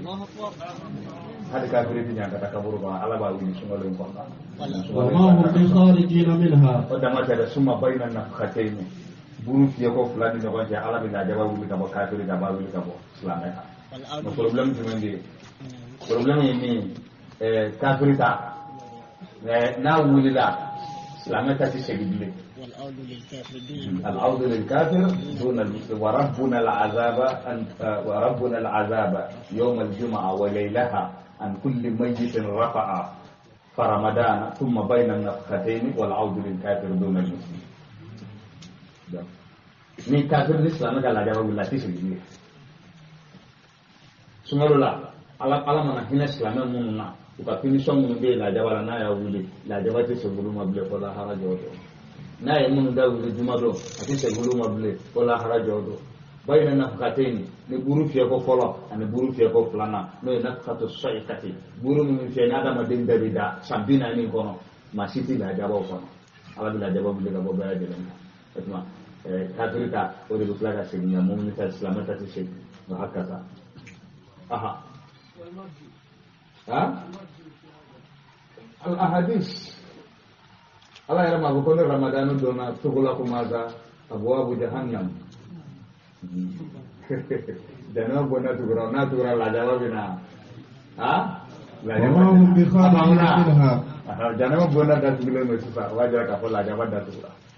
وهكذا جاءت جمعة نانا وتقول بين نفقتين أبدا نانا كسينا كأباياتو يكادين كادوسي أو دبي نغيما نتا نسوسوتا في الأحاديث كاديما يقول وافو كلاندي من دي ناسركا متنو chaman دوسي من الأباياتي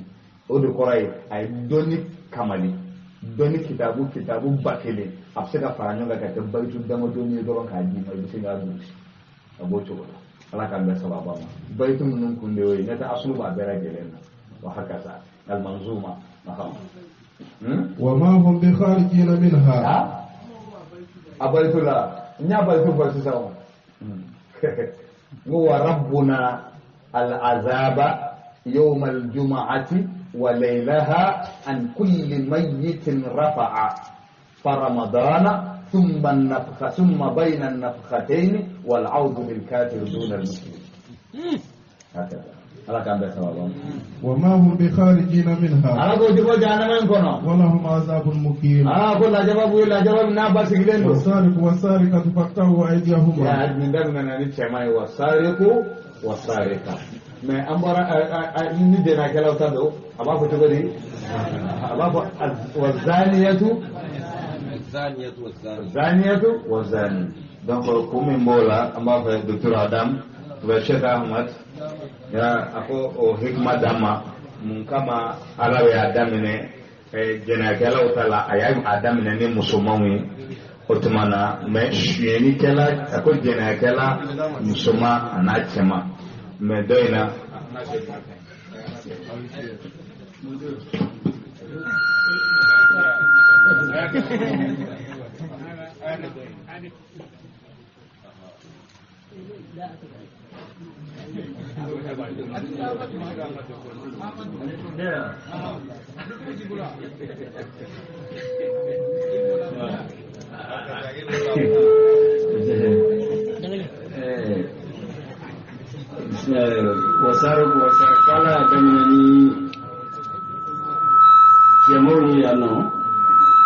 kam sumo to gada kan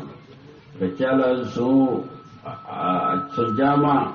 sini cew jala daga farala kusa ke tuma muso ba cedi jala ka fari pada to inda ya ga jama'a da jate mu da sisa abiyar duna bau muso to ga do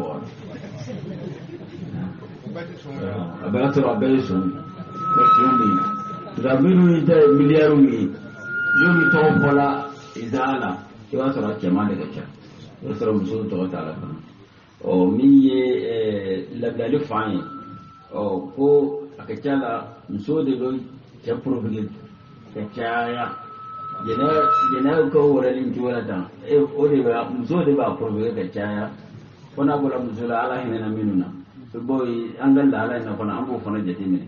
ni yu ga fini du jugo jate mene anu ye gere gal labla jugo anu ko kuma jugo anu ga la halanu o bedi da'iyatun وموحدات جزنا أهو وقال تابل وبفليشيا من كلام أنا وبي تابل منوتا أبلا جلي وولي سالوني أنيوانوي إتالي رجما هل اللبيب يفهم الإشارة أيوة ما أقول إشارة أتسف مرمو masuk mama ina ishara ga draw aga sauru ba fa buwa assalamu alaikum aywa ustaz ahmad ay hikma di aywa majlisu kalande ma ka don ga fo ala be ko nunu damine aba bere jele damine li hikma asele so tala ya damina ko so chama ana musuma na jena kala utala ko jena kala musuma anakshama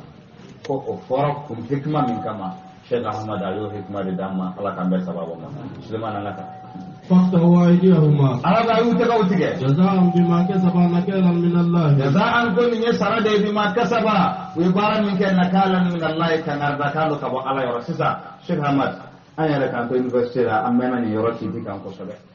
ni son daga tigara tagay son ta do wa o be jone ta parce que n'a sɔrɔ son ta don a tigɛra ka ban docteur sira fɛ possibilité b'a la seconde yɛrɛ kɔnɔ o ka tɛgɛ in segin a ma o k'a dilan tuguni o dɔnni sɔrɔ yɔrɔ ma k'a sabati k'a da bolo la parce que ni sariya f'a ka tigɛ ka ban a tigɛra ka ban o tɛ wa n'an ye tɛgɛ tigɛ ka ban a tɛ n bolo dun ma wa n'a bolo dira a ma o tuma na docteur kɔnɔ n'a ma mɛn kosɛbɛ a ma infecté u bɛ se k'a kala ka fɛn bɛɛ lajɛlen baransa la k'a segin a nɔ na. Wala sisan ɲininkali de bɛ yen bolo min tigɛra bolo la bolo min tigɛra ka bɔ kojugukɛla la bolo in kojugukɛla ta don waa tari sariya de ta don mahalo ne zari ala k'an bɛɛ sababa ma. والله عزيز حكيم. mumtaz o tuma mudiru jara kumana a ko ale ka hakila ye ale ye min faamu a la a ko a ta tɛ ko n'a ta kun don k'a kun ti tigɛ ala k'an bɛɛ sababa ma. n'a y'a tugu a tigɛ kun de mɔgɔ k'a dɔn a ye baara min kɛ n'a tugura la o ti dɔn. barakallahu fi donc mudiru taara ni taabolo min ye ale de a arjahul aqwal dɔnnibaw ye kuma min fɔ ne ye kuma ladirima ye o de y'o ye ko a fɔlɔfɔlɔ k'a tɛgɛ bɔra a taya la k'a b'a ye siɲɛni kɛ don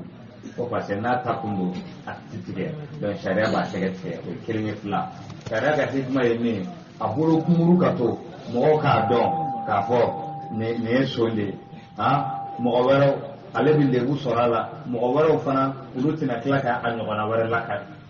kɔrɔ jumɛn olu tɛna sɔrɔ a ɲɔgɔn wɛrɛ la bon an k'a dɔn fana silamɛya sariya la bolo ti tigɛ wari la ko wari ka se robo dinar muso furunafolo hakɛ n'a sera o ma tuma min na wa a b'o cogo de la bon fɛn min bɛ yen n'a bɛ k'an ka jamana kɔnɔ mɔgɔ dɔw bɛ yen u bɛ sin ka adamaden ni kuturu minɛ k'a bugɔ k'a faga sɛ dɔrɔn kama a ye sabali sa والله عزيز حكيم. sisina Bamakɔ i b'a sɔrɔ ko kɛta de cayara a taara ala k'an bɛɛ sababa ma hakɛ sa ayiwa kunkoro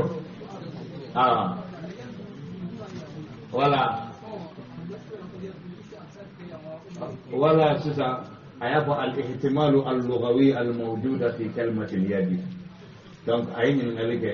imba jira ka kana do ka famel ke ko sabe ko parce ni go yadu ka ba ko suba jira ka fo sum bolo bi sega tige min al ku'i aw min al mirfaqain aw min al kats ko donc ko ana o mumu ya jira ka fo ko fakta wa aidiyahum ko ka bolo le tige damina fo anana sunnatul mutawatir wala ka fo bolo bi tige min maza min al ku'i ko sunna de hadisa de o fasa ala kan be sababu apa muna bunguro wa hakaza insya Allah Sulaiman wallahu azizun hakim wallahu azizun hakim donc aya min fasaru na islam kede ko bukani lakari alako faktahu aydihuma jasaan bima kasaba nakalan min Allah wallahu ghafurur rahim aku subhanahu arabu do jigen karo aku la tulo jigen to ghafurur rahim aku selama saya aku la fakala je selama kaya la jana nasoro wallahu azizun hakim azza fa hakama fa fa'adal abana wallahu azizun hakim ala de bonya masaya ala de kiti masai faman taba min ba'di zulmi akono ma min tubi ray to nyen itele go fa kiyara kun to nyen wa aslaha kadi ma ta manke fa inna allaha yatubu alayhi ala de tubi min ka dayala le do khali inna allaha ghafurur rahim ala de ya fa masaya ala de ina masaya lam ta'lam anna allaha ya ray ma do ga fo ala lahu mulku samawati wal ard samburu duguru masaya ala de tay yu'azibu man yasha'u alu mo nyang kata mami adia wa yaghfiru liman yasha'u abi ya fa mo ko mami adia wallahu ala ala ya fama qadir ala de se masay tambela jelenna sallallahu alaihi wasallam alam tara anna allaha lahu mulku ma fis samawati wa ma fil ardi anta mana sabade